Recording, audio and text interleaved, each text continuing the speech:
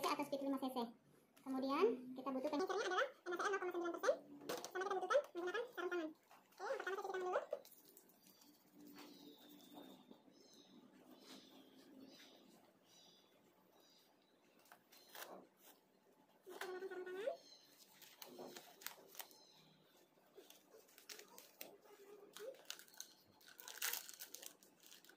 Ambil dulu NaCl ini sebanyak 46 karena kita mau menggenapkan menjadi 50. Jadi 50 dikurangi 4 cc berarti kita membutuhkan cairannya itu adalah sebanyak 46 cc.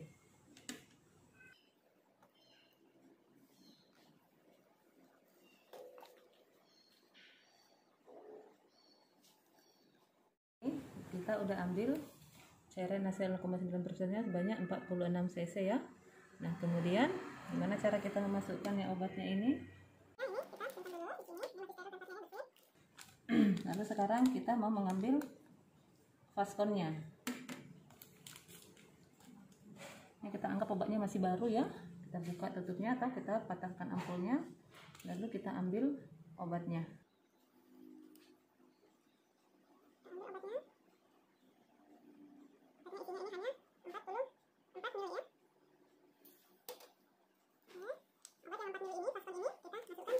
Sini. Nah, sebelum kita memasukkan, berarti kita tarik dulu, sediakan space untuk obatnya.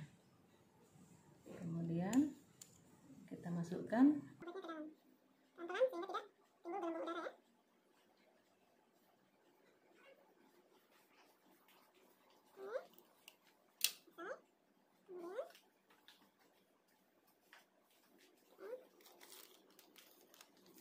Selanjutnya kita akan menghubungkan speed ini ke dalam ini yang namanya extension tube ya. Ada berbagai jenis ya, ada yang besar seperti ini, ada yang harus banget tapi panjang. Satu ujungnya itu untuk speed, satu ujungnya nanti adalah untuk jalur impusan pasiennya atau keterima. Ini yang kita hubungkan ke impuls, ke speed. Nah, ini pastikan, kita buka tutupnya. Jadi ini tetap steril ya, kemudian disambungkan. Nah, sekarang sebelum kita menyambungkan ini ke saluran infus pasien, berarti selangnya ini harus kita isi dulu dengan obat ini. Tujuannya adalah untuk membuang udara yang ada di selang ini. Kenali model speed kita seperti ini. Oke, di sini kelihatan udaranya mulai dari sini ya. Jadi kita dorong pelan-pelan. Usahakan jangan banyak terbuang. Sip, udah. Oke, otomatis di sini berkurang. Tapi bukan berarti dosisnya berkurang karena obat itu sebagian ada di selang. Oke, selanjutnya adalah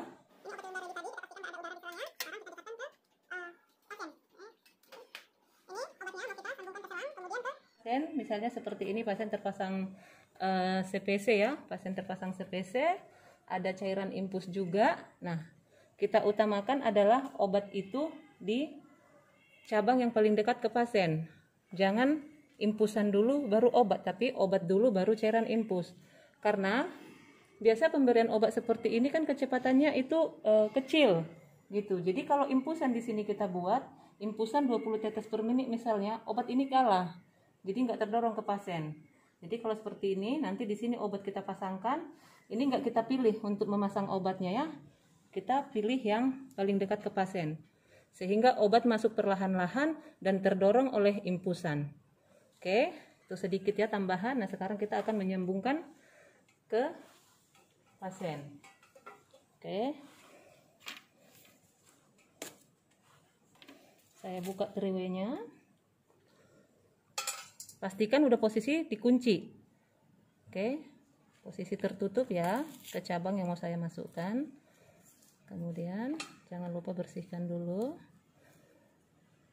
Nah, kadang kan di sini ada udara ya di bekasnya ini, boleh kita buang dengan cara infus buka perlahan. Iya, maaf nih pakai saringan.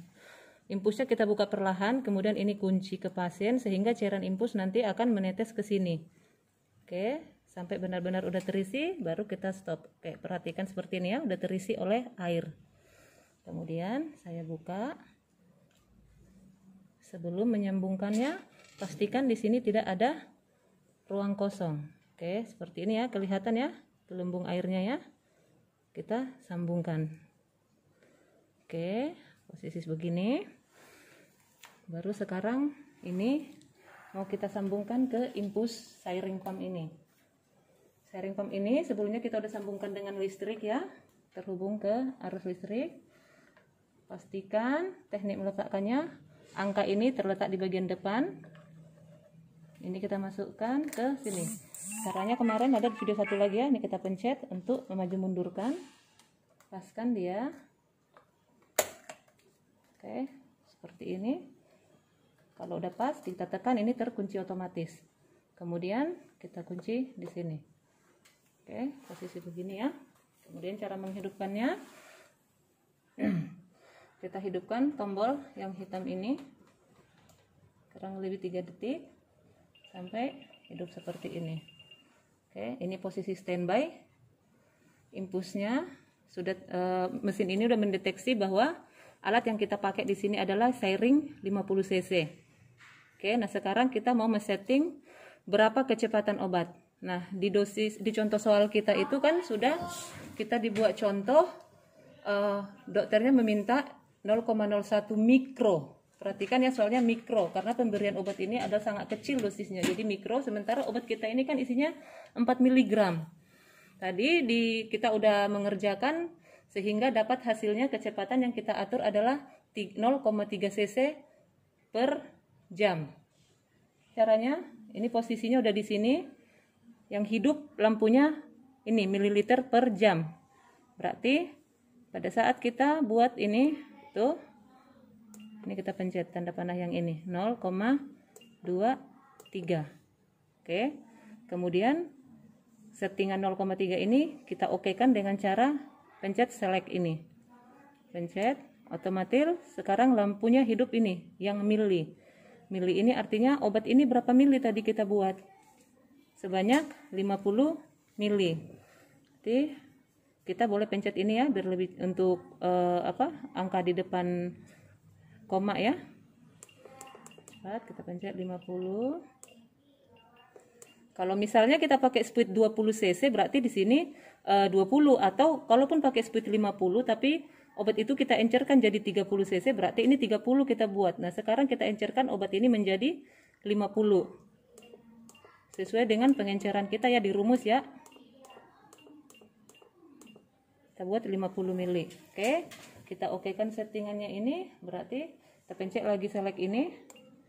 Oke, muncul tulisan OCCL atau kepanjangan dari occlusion. Artinya occlusion level ini bisa kita setting. Bisa ada 3 level, H atau high, kemudian ini yang medium, ini yang low. Ini artinya adalah occlusion ini kekuatan dorong mesin ini.